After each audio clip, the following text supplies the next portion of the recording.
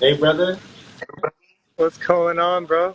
Oh, everything, brother. Great to see your smiling face. I was just I was just thinking how usually when I start these like talking to an old friend or doing a FaceTime, and I can't help but smile and laugh at first because it's I love originality. I realize why I do it. I love originality, and when I see like you're so original, it's you, Jerome. It's like so I know features that you make and your mannerisms, and it makes me smile to see originality. You know what I'm saying? Awesome, man.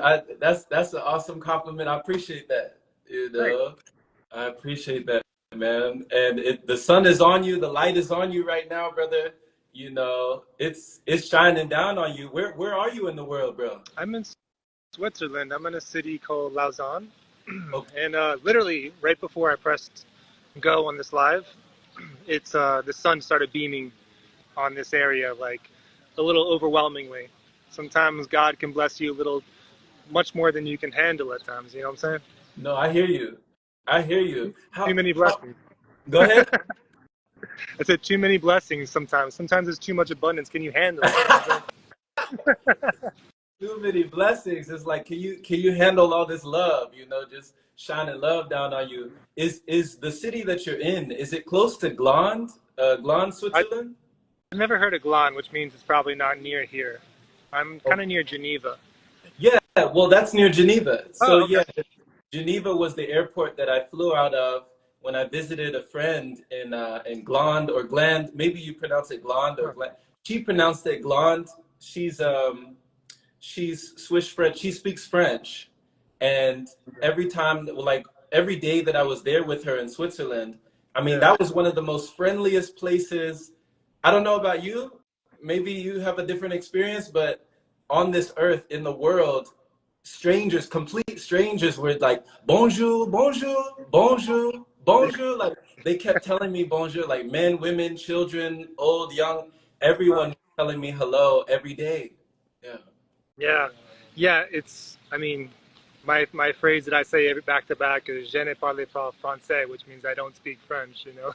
I'm trying to learn, but yeah, it's so beautiful here. When I was in Japan, they were talking about Switzerland. So when I'm anywhere in the world, they're talking about Switzerland. It's just known for its beauty. So it's hard to be unhappy in such beauty. There's literally spring water flowing in this town that I'm in, like at different spots where you can just drink spring water in the city, and it's like, and that's like normal for them, like just to have flowing spring water from spouts in the city without it being like tainted with, fluoride or whatever it is. Right, right. Also like the technology too. Like my friend, she took me to, just a local supermarket in Switzerland there, and they had these machines with the oranges, like huge, just oranges, Yeah, just going down. All you had to do was press a button, yeah, and the machine was just crushing whole oranges and just yeah. just squeezing out fresh orange juice right there in front of you, you know? I literally drink it right after it goes into the jar too. Like I'm like their biggest customer at this local grocery store. You're right, it's everywhere. They have this orange juice making machine. It's amazing.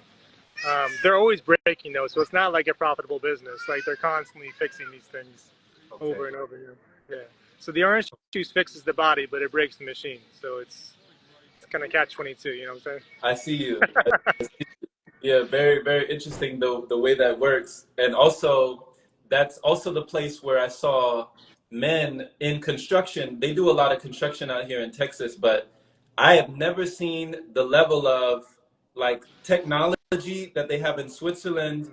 The men, they were moving bulldozers, like huge, huge machines with these little remote controls, saying? Okay. like little remotes. There was like a man, and he had a little box like a video game controller, and he was controlling this bulldozer on a little video game, controller, like operating it by itself. It was crazy. Oh It was crazy. wow. Yeah, you kind of imagine like a big, like bearded, fat man, like with a big joystick, you know, rather than like a video game controller. So there is a future for video gamers out there to actually construct real life things and not just in Fortnite building a bridge. to escape the enemy. Exactly. I'm not sure if you know Fortnite. Yeah, I know Fortnite. I know Fortnite. I was a big gamer for many years, you know, so I definitely know Fortnite. But Yeah. you know, when it comes to Switzerland in general, like what even brought you to this country? Because I know you've traveled all over the world, but what brought you there specifically?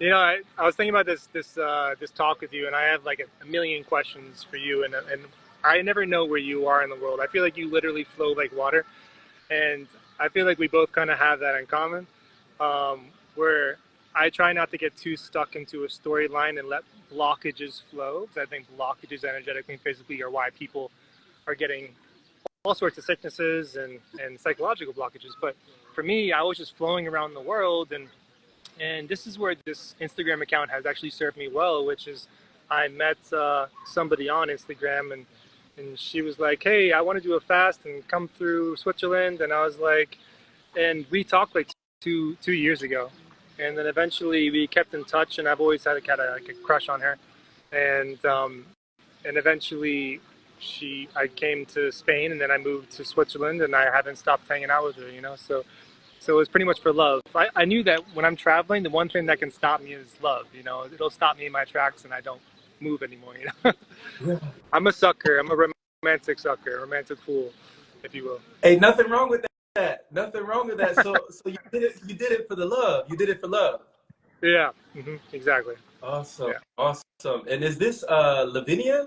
yeah, yeah, yeah. Lavi, Lavinia.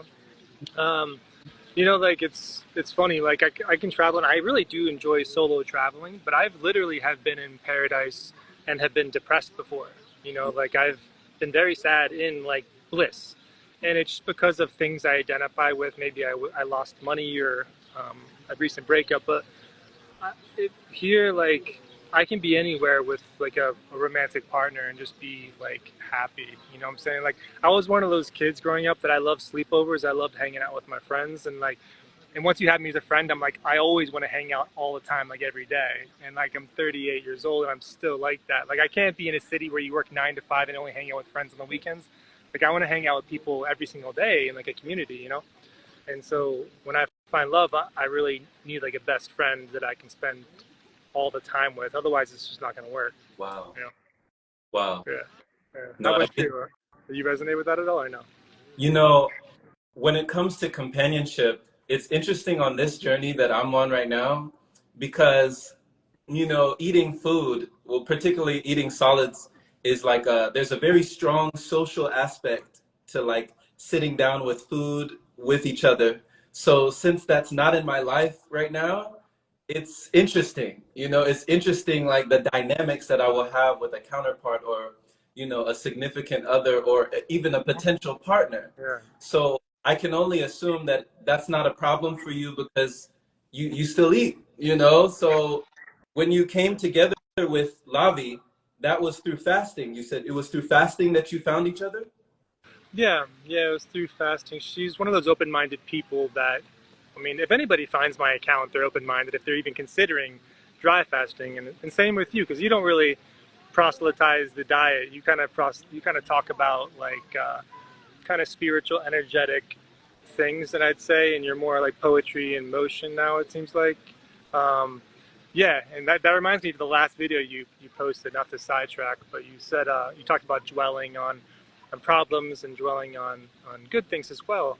Um, it seems like we're all victims of that, right? We're all dwelling, like ruminating on our issues all the time. It's a huge issue in this day and age.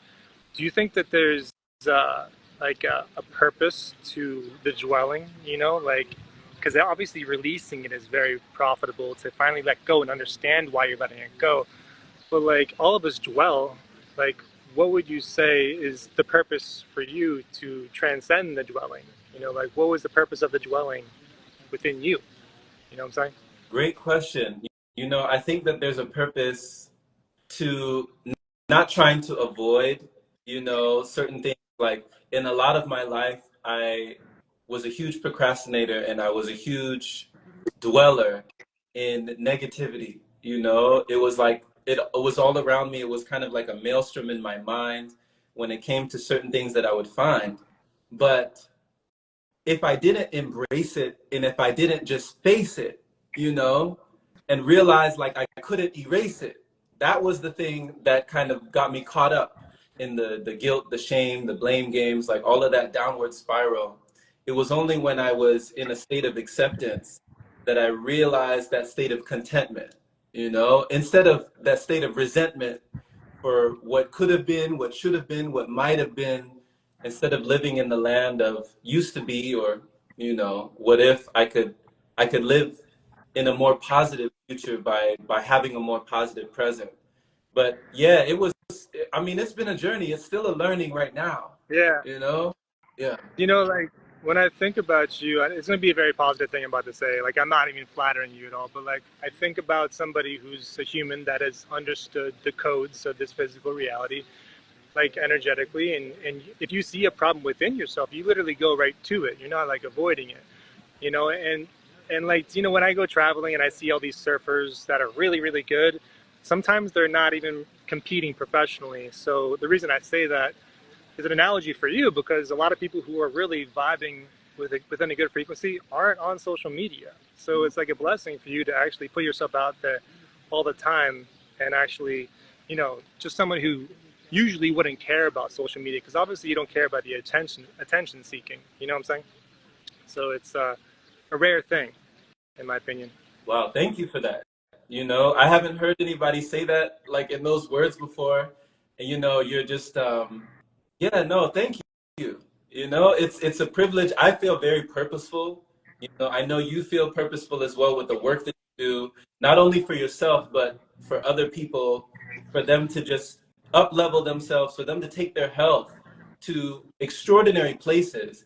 I don't think that if it weren't for pain and if it weren't for a lot of down, you know, I wouldn't have that turnaround if it wasn't for the downs. Mm, So it's yeah, like it's been so paradoxical. Like the only reason why I'm here is because I had to face fear, you know? yeah, Yeah. yeah. Yeah. That quote kind of sums it all up. Sometimes you're like, if there's one meaning to life, it's there. The only reason why I'm here is to face fear. You know what I'm saying? It's it's the same thing I find. I like kind of starting with the physical, with like when I have consultations. Like, okay, you want to cure a parasite or you want to cure something. Like, let's focus on it physically because you're gonna end up finding the mental and psych and spiritual on your own by pursuing the physical riddle, which is curing yourself. You know. So all it comes down to is removing things, subtracting things, things that you thought you needed. And my whole thing is like, if you believe that you're incomplete, you know, you haven't figured the riddle out yet. It's really understanding that you're complete, and that's when God starts loving you with abundance and blessings. He's like, yes, yes, because you can't limit God to just like speaking audibly. He speaks through this physical journey that we're on. And once you realize that you're complete and you stop like realizing the lie that pharmaceutical industry is telling you, which people are trying to sell you supplements are telling you, then you can actually understand like, wow, my body can accomplish all this. Like I have, you know, God within me, you know, I need to purify my temple so that I can be played like that pure instrument that I was intended to be. Right, right. I saw you just put up a post with a harp. There was a harp like playing string, and it's like, you know, it reminds me as well. You know, I play the flute. You Forgot know, so I about it. Yeah, the yeah. the shakuhachi. It's a Japanese flute, and it reminds me of how the flute, its usefulness is in its emptiness. You know, like if it wasn't empty, if it was just a solid block of wood, Oh, there would be interesting. no there would be no music, there would be no sound, there would be no way for the breath, you know, to really come through and to play that beautiful music. So I love your descriptions of like music, our body as an instrument and being played by God, by the universe, by the all that is. And when you talk about God, Trevor, it never feels religious. You know, it feels very spiritual, very grounded. Yeah. Also feels very profound. You've had a realization of God on a different level. That's not like you're not evangelizing, you're not preaching, but you're teaching and you're reaching through the God within. So Yeah. Did you have a religious background? Yeah, and it kind of is. I grew up Catholic in the United States. I'm, Irish, German, Austrian. Um, and my family was like, okay, you need to go to Sunday every single week, just trying to like cover the bases, make sure I'm raised properly, right? And then I kind of, at some point, you got to ask yourself, like, do I really believe what I'm being exposed to, you know?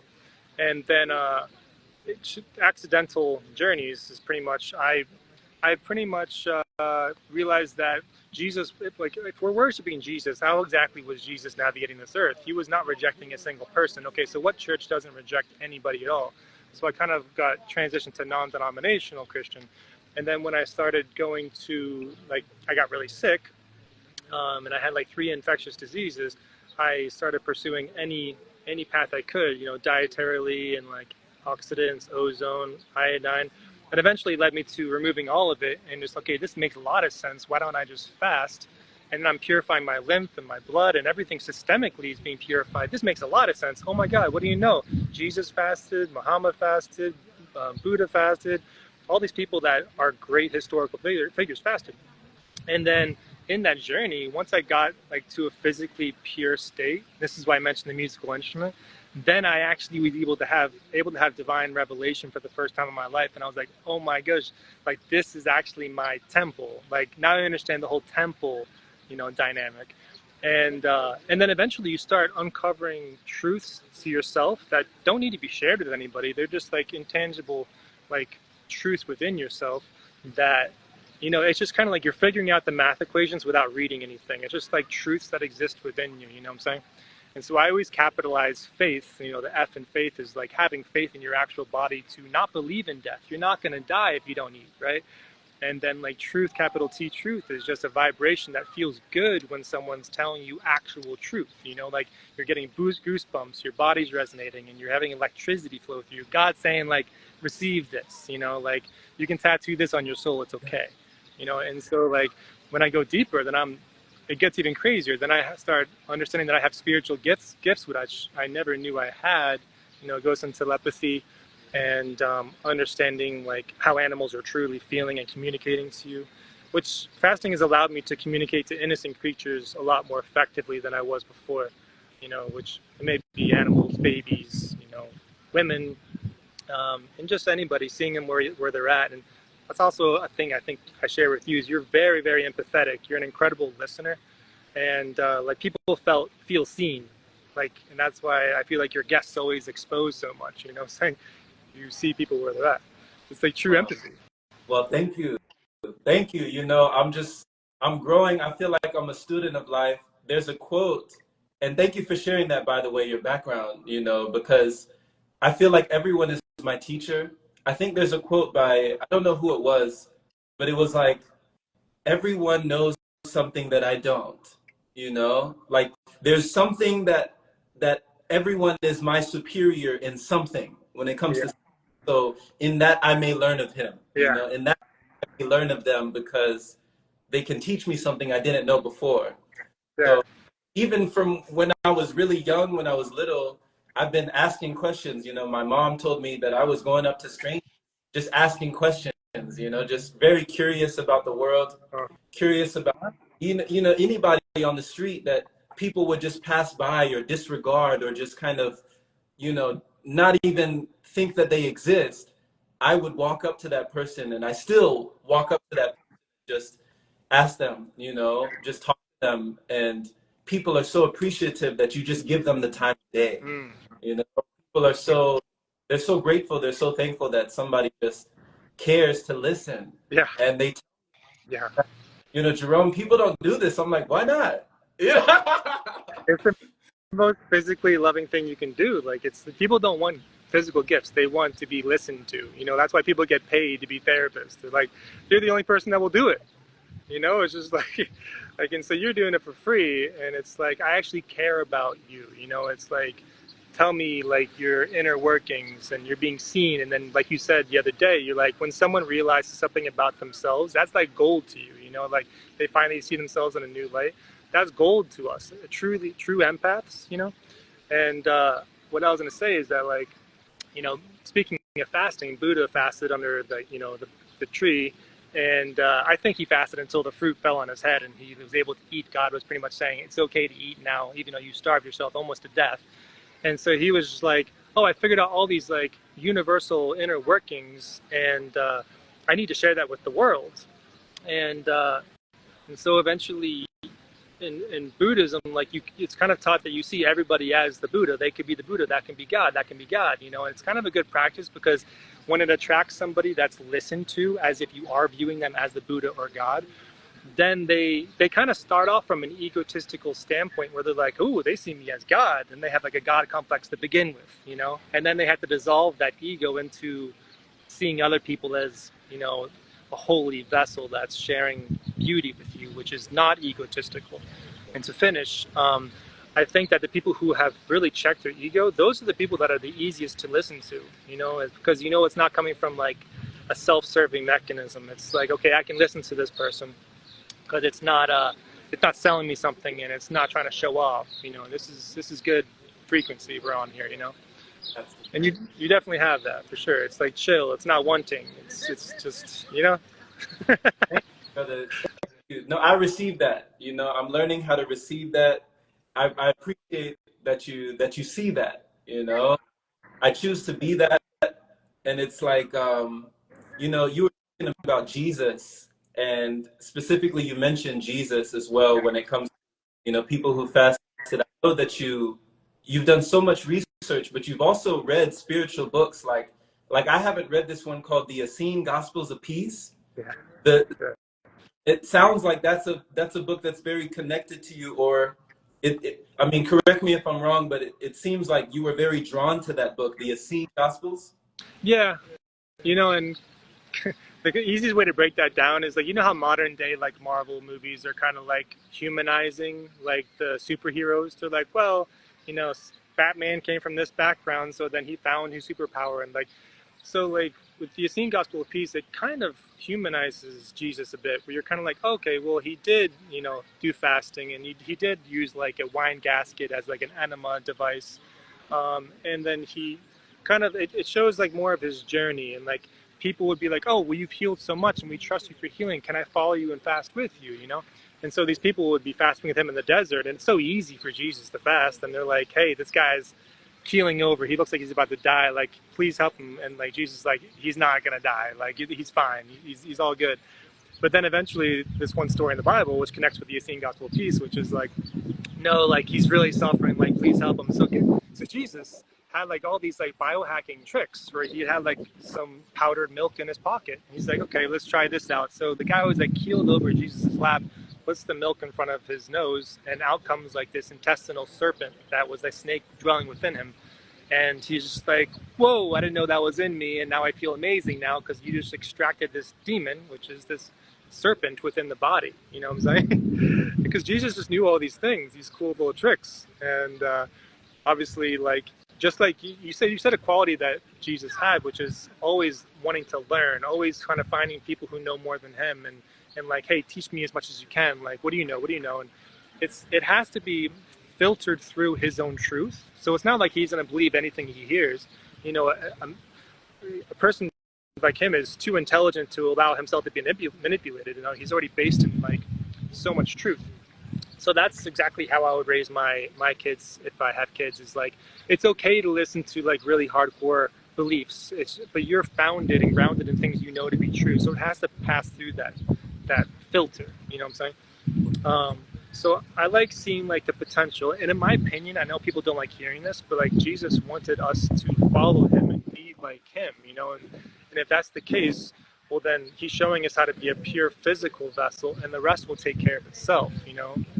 It's just like, you don't have to proselytize religion because the religion exists within you. Just get physically pure and you're going to figure this out, and maybe even start releasing energetically, crying tears before you start stepping into this new perspective you have on life. You know what I'm saying?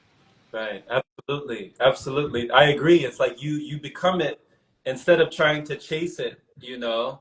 You're like becoming that which you're aspiring to. It's like you are the religion. Like it's ringing off of you. It's ringing off of you vibrationally, energetically, you know. It become a whole new being, that purity, like that pure channel. So when this, you know, because you talked about releasing the serpent, that people were releasing serpents or releasing that, you know, that poison that was inside of them. I get, you know, in my mind comes of like mucoid plaque. People, there's pictures of people, there's videos of people releasing parasites and plaque. And you talked about three infections that you had.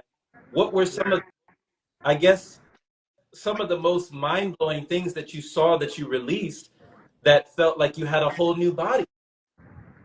Oh my gosh, yeah, it's a great question. You know, obviously I love talking about this concept, but yeah, it's you have to get past like certain thresholds with your lymph, stagnant mucus in the body within a fast. So you could, so I'm a dry faster. I don't like fasting with water. So I do no food and no water. So once you get beyond like day 6, day 7, you kind of you start seeing more. You see life in a more anti-inflammatory way. So your brain has more access. Your pineal gland is not coated by anything. Everything is less calcified, and there's less protein in the body to block anything. Um, so the infections I had were like I had this really bad mucus bacterial infection that caused eczema, and even my saliva was thicker, you know, and so my vision was impaired because of it. My cognitive abilities were slower. I was depressed all the time because of this. Like the thing is, no one really understood this as kind of like a physical thing, like, but it was actually a bacteria that I got that colonized my body, quite like Lyme disease, right? And so I had overcome that. I had a fungal issue in my blood. I had molds, and I also had a bad jaw infection.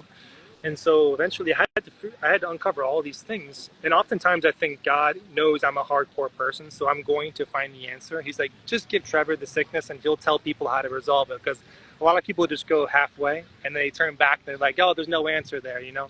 But in reality, like, it's, you know, the way I kind of see fasting now is rebalancing. Who cares about the physical infections? It's like if you pursue the spirituality of a fast, quite like Jesus did, you're going to resolve any physical issues along the way. Like that's just like a side effect. Like who cares about that? Like of course you're gonna unblock that. But for me, I just wanted the pill of fasting. Give me the cure.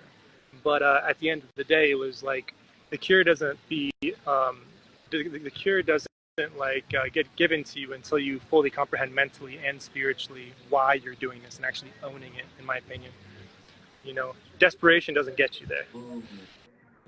Mm, okay, so desperation is not the vibration. Desperation does not get you there. You're No, okay. no, no, no. Okay. No.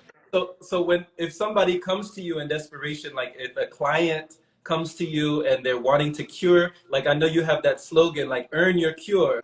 But if somebody comes to you and they have that vibration of desperation, how do you usually address a client like that? Um, I just say desperation is the smelliest perfume. You know, it's no one wants to be around it.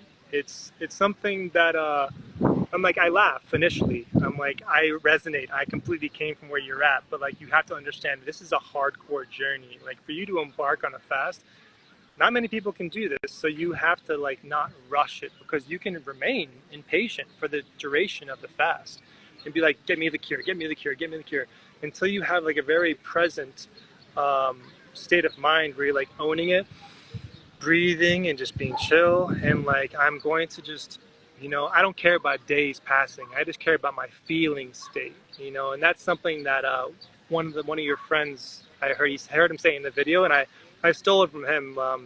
He's the breatharian guy, Elatom. He said that one time, and I was like, that's good. That's gold right there. Like it's a feeling state, you know. Like just keep checking in on yourself instead of being like thinking of the future because the future has the cure. You know, so desperation is when you're existing in the future, and and then I have all sorts of other stories to tell them alongside that. But one of which is like this.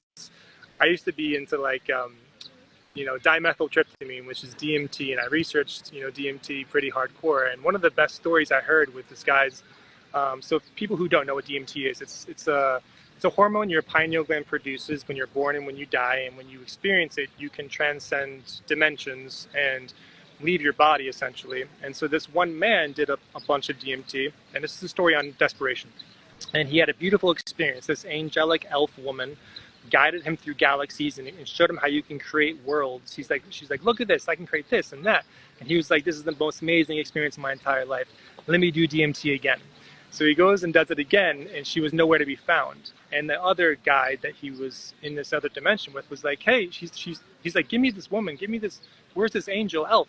And the guy's like, you're needy, she's scared of you, like you're too desperate, you're wanting this too much, and now you're trying to control it. You know what I'm saying? So like, and that we are like manifesting worlds in this reality, but we're limited in senses, right?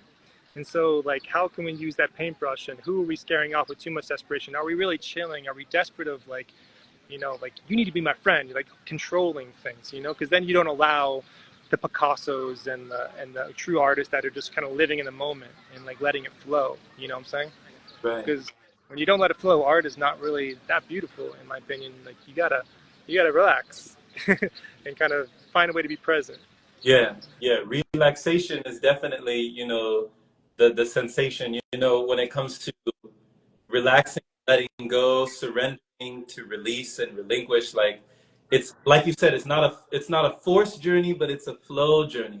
So to be, you know, that coming from that hardcore person as you say that you are, I know that, you know, when you're getting into dry fasting and you're going into that realm and you keep going and you just keep going and just keep flowing, it just keeps growing, and the reality can get very trippy.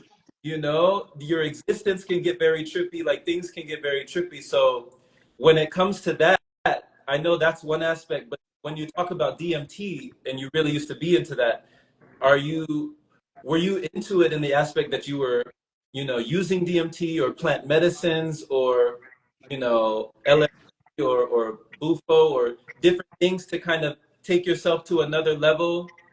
No, I've done DMT once. Okay. I haven't done anything else. It's kind of like when I was a kid, I wanted to understand religion more, so I researched people who had near-death experiences. What did people unanimously experience when they died and came back to life? You know, in car crashes or whatever, drownings. And so I bought books on that. And so what kind of popped up into um, my bubble was like dimethyltryptamine, and I was like, wow, people are actually transcending dimensions through taking a natural hormone. Like, what is this? I read books on this, and I wasn't even cured yet when I started going into DMT, and and so pretty much I was like, okay, I've dry fasted for 15 days, and I'm having a barrier there because I'm afraid of fear. I'm afraid of death. So death was still an obstacle to overcome. And so by me taking DMT, I took something called 5-MeO, and that's pretty much a straight shot to the white light. You know, it's crazy for people to even like, for me even say that. And of course, it sounds like you're lying, Trevor, but like, I literally went, as intense as this sounds, I literally went to a time before the beginning of time. So before the Big Bang, if there was one, like I went past that, and I felt the intensity of traveling to that. And so by me being with the white light, even for 9 minutes, that's how long the whole trip lasts, 9-10 minutes. It was enough for me to like feel like egotistically free, and like and now I see like a relaxation in life. Now I understood what meditation meant. I didn't really know what meditation meant until I was like 32 years old. Like I could say that I did it, but I really didn't know what it was. And so eventually I did that. And then I went to Guatemala and did this really long fast to cure everything. And that was like it helped me kind of like be able to mentally understand that there actually is life after death and there's nothing to fear. Because I didn't want to get rid of this storyline, which is me. You know, I'm an American that's living in Switzerland. I have a beautiful family. I have great friends. And like, I'm not done with that story, you know? So me fasting too long could have fatal consequences. So I didn't want to like close my book yet, you know, by dying. I wanted to continue this book, and I wanted to do this safely. And the DMT was kind of like something that helped me a little bit. I don't usually talk about it because it's something external, you know, and I like depending on my body as it is, but it taught me some valuable lessons. Yeah. So. Yeah, it sounds like it. And did you have a guide, like maybe a shaman or someone who was assisting you through the Bufo journey? I definitely recommend that, and that's kind of how I answer like questions on ayahuasca and other psychedelics. It's like you become a gateway, a portal, just like alcohol or drugs would allow. Because now that you are traveling to different dimensions, you're now allowing access for different spirits to occupy your body temporarily. And they desperately want to do that because the human body is a super sacred thing. You know, to occupy a human body is a true privilege, I've learned, and these spirits will want to occupy it if you're not watched over by someone you think is holding space in a loving way. Like, kind of secure, like a spiritual bubble of love. And that's why I had my mom. My mom, I was like, hey, can you do this? She's like, I don't know what DMT is, but yes, I'll do it. I'm like, okay, thank you. Yeah. Wow. And she got it. She's like, did anything happen? I'm like, yeah, I just had the most intense experience of my life. And she thought nothing happened, you know? Oh, wait. So your mom was watching over you? Yeah, yeah, she was. And so I got it ready, and I had like the most expensive German device and like the right product, and I did it. And it only took me one inhale because I did a bunch of it. And she just kind of like held space. She was a little nervous for me. She's like, you sure you need to do this? And I'm like already trying to calm myself down. My heart rate's at like 80 to 85 beats per minute as it was. I was like, that's as low as I can get it, you know? And then it's not even 3 seconds in, I started seeing like authentic truth. And I was like, this is crazy intense. And I started blasting off to like this symmetrical tunnel, which I started hearing my own soul's frequency. And I realized that that was connecting to God's frequency, like an avatar tale. So the white light, the tunnel people talk about when they die, I believe is actually a musical frequency that you travel down. And so I was literally connecting with God's, you know, the true musical note, which is God's chord, you know. Now I get to chill with him. And so now I'm transcending time. It's unboxing like a 4 or 5D thing. And I was like, what is this? I don't want to, get me off this ride. And I popped out, and then I was in a timeless realm that was existing forever. And I was like, I thought I was stuck there forever with God, which is not a bad person to be stuck with. and then I think he sensed that I had enough. It was too intense of an experience. And then I came back to reality. And my mom asked me, is there more than one universe? I'm like, there's no numbers. You know, numbers is like a human construct. You know, you're thinking about things in quantity, you know. And I realized that if there's no beginning and there's no end. And this is why I think that people kind of can turn to darkness, because they don't like that there's no end. They don't like that eternity exists. They're like, oh man, I got the rest of eternity to live. I didn't choose that. I don't want to live. Life sucks. And so they see life in like a dark way, and that's kind of serving darkness. But if you say like eternity is awesome, I love that I'm given the gift of life, then you're serving light. You know, you're like thanking God for eternity. Because in reality, I think that when you're fasting to these great depths, like I have with the 21 days dry fasted, you're really detoxing time, you know? And so by you kind of detoxing time, you're understanding eternity because you're going closer to it, you know? So you're purifying the body, and is God time? Is God eternity? Are you understanding eternity as you get physically pure? The question's out there, you know? That's kind of my current interpretation of it, you know? Yeah. Thank you for posing questions. You know, like thank you for just like you're like a modern day philosopher, you know, like That's you.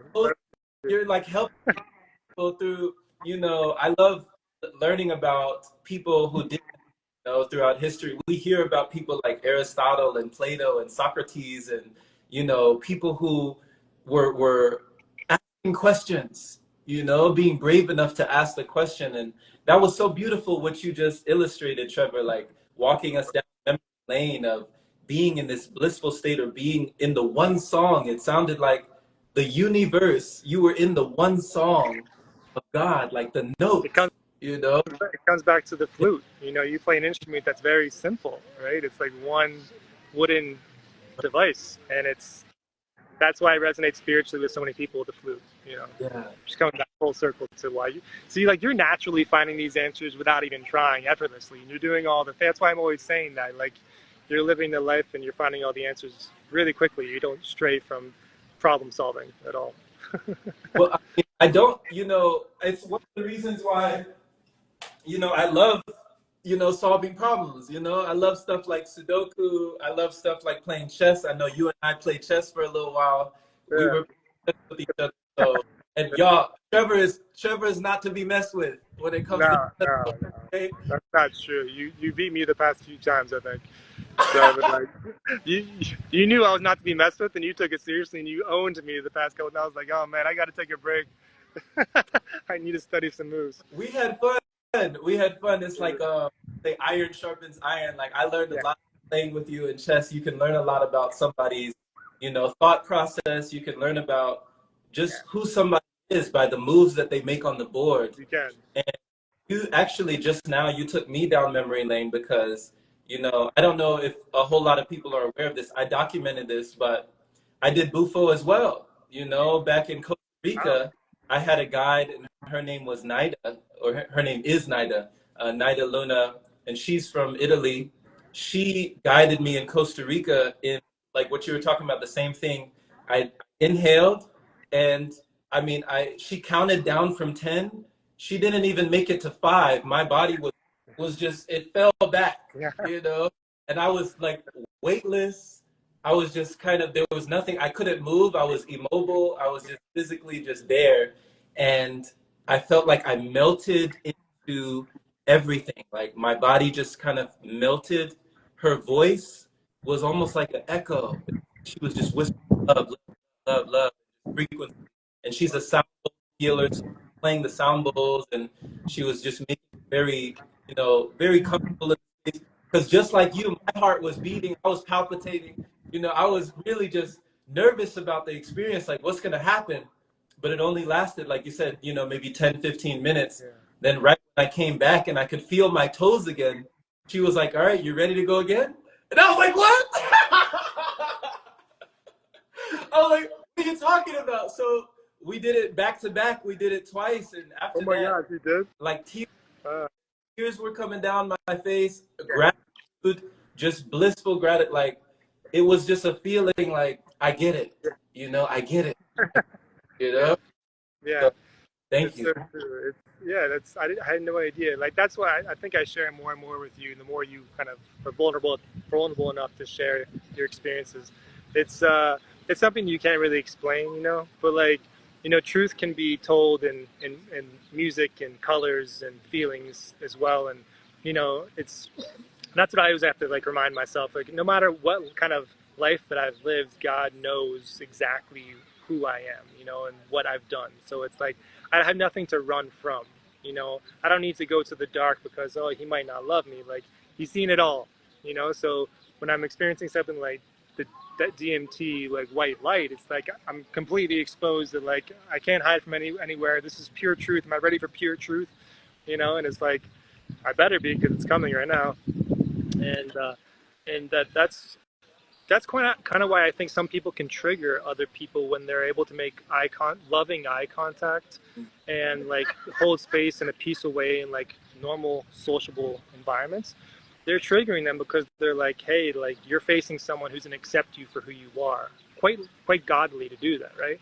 So that person can start being triggered, and can start lashing back and like kind of having these jealous notions and like exerting negativity to prevent you from detoxing the darkness from them, because now you're holding really peaceful uh, space for that person, and I do that with every single social interaction, at least I try, which is just being chill and like loving people without just listening and making eye contact and having a good confident vibe, because I'm not sure if you're like me, when you kind of experience someone who's really tweaking out and paranoid, that makes me do the opposite more so, to help rebalance their discomfort.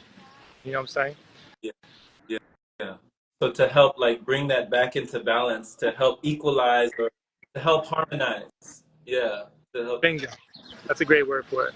Yeah, I have this one story in Chicago. There's this one guy.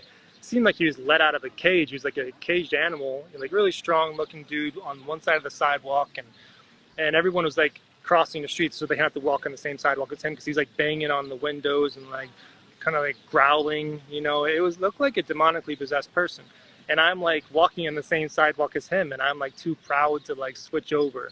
And I was like, okay, I can't be a weak man. I gotta face this weird scenario in my life, which is this growling strong man pounding on things. And so eventually he comes to me and he's like trying to exert fear within me, which is what dark entities like to do. They feed off of the fear. It's the food of darkness, just like positivity and light are food of angels. And so he's like, "Rah!" Like, and so I didn't respond. I didn't react. I like a dog. I said, no, no. And then like all of a sudden his black eyes started coming to, as if he realized where he was at. And it was as if like he thought he was like naked in public. He's like, where am I at? I need to go back home. Like, I'm like, this is the strangest experience I've ever had. Like, it's okay. You're tormenting people and you probably need to go home. I'm not sure if you stopped your medication today, but like, this is not comfortable for anybody. But it just took me like standing my ground and saying no, and not like absorbing the fear. Because that's what everyone loves. Like Jesus said, like if someone slaps you, turn the other cheek, because that's the same as that concept, which is I'm not going to be on the same frequency as the crazed animal. I'm going to hold my own peaceful frequency, and that's what we're doing today. We're not doing your crazy frequency. We're doing my frequency. You know what I'm saying? So it's like they want you to react, so that you're validating their craziness. You know, it's just and then it kind of allows them to continue on with the absurdity. So when someone is projecting, it's not like you're reflecting the projection, but you remain in your own inner connection. You just okay, Yeah, okay. I think so. I think so. I think it's seeing them where they're at and understanding, but also there's I'm not going to take on that energy. You know, there's no home for that subpar frequency. You know what I'm saying? And that's essentially what I had to do when I was healing this infectious disease, these incurable things. Is like day 16, day 17, I would get like tormented by darkness. Like these demons would kind of come into my hemisphere when I'm laying in bed. I can see them psychologically, and it would like all these thoughts started coming into play, and I had to like tell them that I'm not going to stop believing in God. There's no home for darkness here. Like you're wasting your time. As a matter of fact, if you want to come to the light, I suggest you stay around because this is all we're doing here, you know? And so boom, vanished, you know? It's kind of like, we're not even like flirting with that. Like I'm not going to stop believing in God. It's just not going to happen, you know? So you're wasting your time unless, you want to chill and become a light being like me, then stay. And so that was enough to make them bug off, and the same thing happens with humans, stick around if you want to transform in a positive way, but if you're not ready, then I suggest you leave. Wow. I love that. I love that. That's got to take strength. When someone's listening to this, because it's almost like they knew they couldn't depress you, they knew they couldn't stress you, so they knew they couldn't possess you. You know, Boom. it's like Yeah, that gave me goosebumps. you're like, hey, Yeah, if you true, want to chill, true. but it's like this is not the if you think I'm gonna stop believing. If you're gonna stop believing, like this is not the place for you. So you might as well move on to somebody else. I'm not the one. You know? Mm. Preservers of innocence. I love those kind of humans that do that, because when someone's the opposite, which they're a puppeteer finding a puppet that they can play, you know, instead of that, I'm trying to find, the innocence and preserving them from these manipulatable puppeteers, which can be interdimensional as well. So like I like preserving innocence in that aspect, because I see a lot of manipulators who are very cunning. Obviously there's so many ways for people to get you to buy their product or like follow their teachings, and one way to kind of cut through that is pretty much just resonating with. Oh man, I lost my I lost my train of thought. I started looking at the comments, and yeah, one way to cut through that is just kind of just I think understanding the magic trick, and it's just like, okay, there's a whole bunch of magicians in the world, and like once you see the trick, it's not special anymore, and you're under the spell of the magic tricks until it's it doesn't serve a purpose. Like hence why people are like kids are told Santa Claus exists until they're ready to hear that it doesn't. Don't you think God's trying to do the same thing with adult humans as well? Is like once they're ready to hear information where they can transcend, then he exposes that to them. But if you're still under certain illusions that are serving you, that could be beneficial until you're ready to actually face the hard truth, which is, how to transcend this story or identity that you're relating to, which you and I both know, ego and identity can play some weird tricks on the psyche. Um, Absolutely. But, yeah. oh, go ahead. No, I finished. Okay.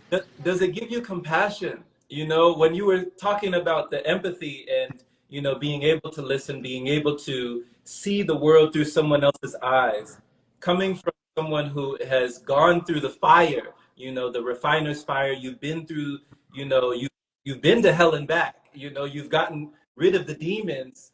When you see someone and you clearly know, like not only on a physical level, but on a mental level, an energetic level, a spiritual level, that they are battling so much that they might not even know they're battling.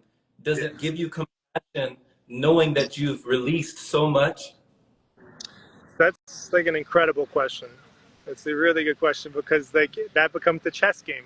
Now you got to play chess with an identity that they don't even know they have. Sometimes physical demons that they don't even know they have. So those demons and those identities can shove you away and can be very, they're not ready for the light. And that's sometimes I'll move along. When they're not ready to like embark on purification psychologically or physically, something that can help them. Because sometimes I'll see someone like say in an airport that has a really bad eczema infection, and like, damn, how do I approach this person and tell them that I know some stuff that could help their life?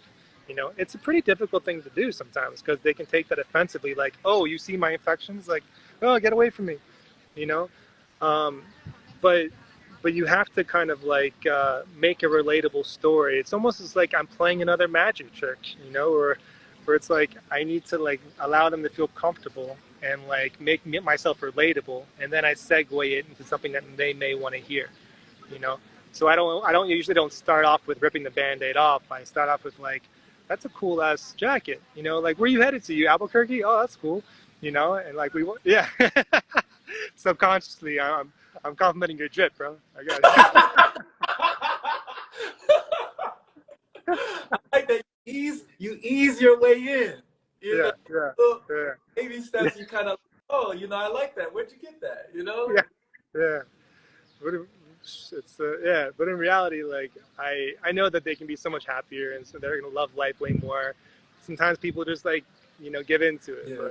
but if they got a tweet jacket, I'm gonna let them know they got some sick drip, you know. So does that make it less alarming for their, I guess, for their subconscious or their mind to allow you past the defenses of, well, this is my curse, you know, how dare you tell me you know the cure when this has been my curse for years. You know, I've had this for years.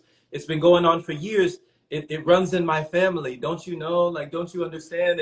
And you're thinking to yourself, well, I obviously know Yeah, what can help, but you know, it's like that. I guess it sounds like it would make it less conflicting for that to go in. When you start from the same page, you can get to the next page. yeah, yeah.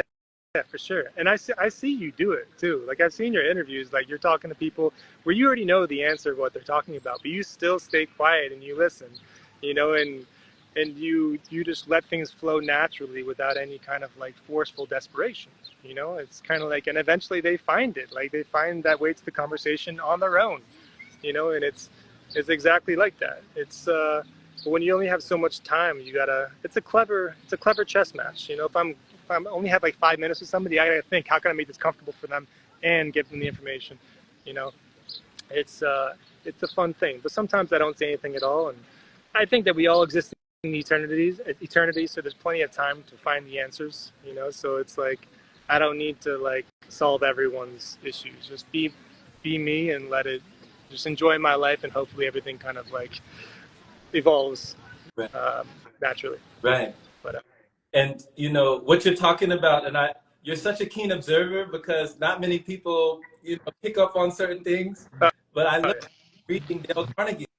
You know, reading Dale Carnegie taught me that idea is much more powerful. It comes from within the individual. Like if an idea originates within someone without having to be given to them, if they thought of it themselves, it's more powerful. You know, why do you think that is? so yeah, Why do that's you think? Why do you think that is? well. It said that, you know, I remember they had a little lyric, they had a little rhyme, and I wanna get this right. It said, you know, if you convincing a man against his will, he's of the same opinion still. Like if you convince someone against their will, they are of the same opinion still. Hmm. Yeah. There's another quote that I like too that is in line with that. It's, I forget who said it, but it's e- it's easier. Something about convincing. It's easier to convince a man that he's. It's harder to convince a man that he's been fooled than to convince the man that he's a fool or something like that. It was just like you just got to let them find the answers themselves, essentially. But recently, like I used to be a very monotone speaker. Obviously, I still talk pretty fast, but I realized that if it's coming from within, like you said, then it's how you say it. You know, like sometimes people can you're casting truth alongside your words. You're sprinkling that ingredient of truth, that passion. You know, that's why all men and women, when they find a partner, they're like, "Ooh, this guy has passion." They're all attracted to a man that has passion. Everyone's attracted to a woman that has passion because you're constantly saying things that are coming from your heart. You know, and if you're a salesman, it's not coming from your heart, unless you're a really good salesman like that believes in what they're selling. It's just you're pretty much saying things with passion, you know. So it's a completely different message based on, you know, believing in it or not, you know. um, it just resonates with people more. So it's being sent with the frequency. You're sending truth with the musical frequency, like Right? acceptance. It's okay, you can trust it. And making eye contact too, like it's just like, and like these are like little subtle things, but like when people lift their eyebrows up and they're speaking, like, you know, that's usually a sign that they really believe in what they're saying, you know, whether it's true or not. But if they're kind of like, you know, just like gazing away or their eyebrows are not up, it's not really resonating with their heart as much. I don't know. Okay. That Little body, physical cues. the physical cue. Yeah, I agree. You know, body language is very to, to how we speak, what we, how we say. It plays a role, and I feel like we can pick up on things even below our conscious awareness, but we can feel the energy. You know, we can feel the energy when someone is saying something, and it's oh, they're really tuned in, or oh, really channeling. You know, Yeah. when you're talking about the passion that attracts you to another person, and you know, you being like a romantic, like you said before, you know, being attracted to that passion. What is it like with you and Lavi? Like, what is that partnership like on your journey with what you do, with the work that you're doing, with the places you're traveling? What is it like to have someone side by side along the way? You know, like there's no definition of love. If you haven't noticed, like no one can really describe love, you know, and it's like however you interpret it at that point in your life, you know. So I think when we find a true partner, we find someone who's vibrating at your same frequency. Hey, like it's kind of like saying like, hey, I understand love to this degree. It seems like you do too. Like let's rise together, you know. But if it's lopsided, then you're father daughtering somebody or mother sonning somebody, a relationship. You know, it's a parental guidance. You know, it's lopsided energy, but it's usually like with her, I found someone who like we can learn together. Like we both understand love to the same degree, and that's what makes it beautiful, and that's what makes us always subtly on ecstasy when we're sober. You know, like we get high on our own supply.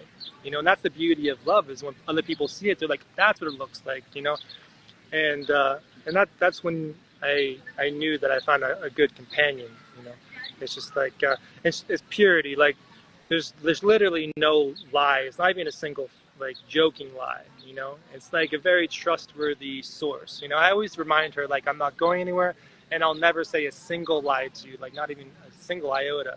You know, you can depend on me as a foundation, and like and I'm standing by my word. You know, plus I'm not like doing any drugs or alcohol. So like those are influences that usually make people lie and cheat, you know?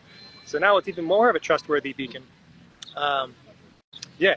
Yeah. So how about you? Like, are you seeking romantic partnership, or are you kind of looking for the similar thing? Is it too personal of a question to ask? Not at all. You know, it's interesting because, oh man, you know, over the years, we're both in our 30s.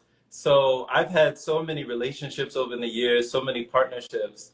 And, you know, some were very long, some were very short.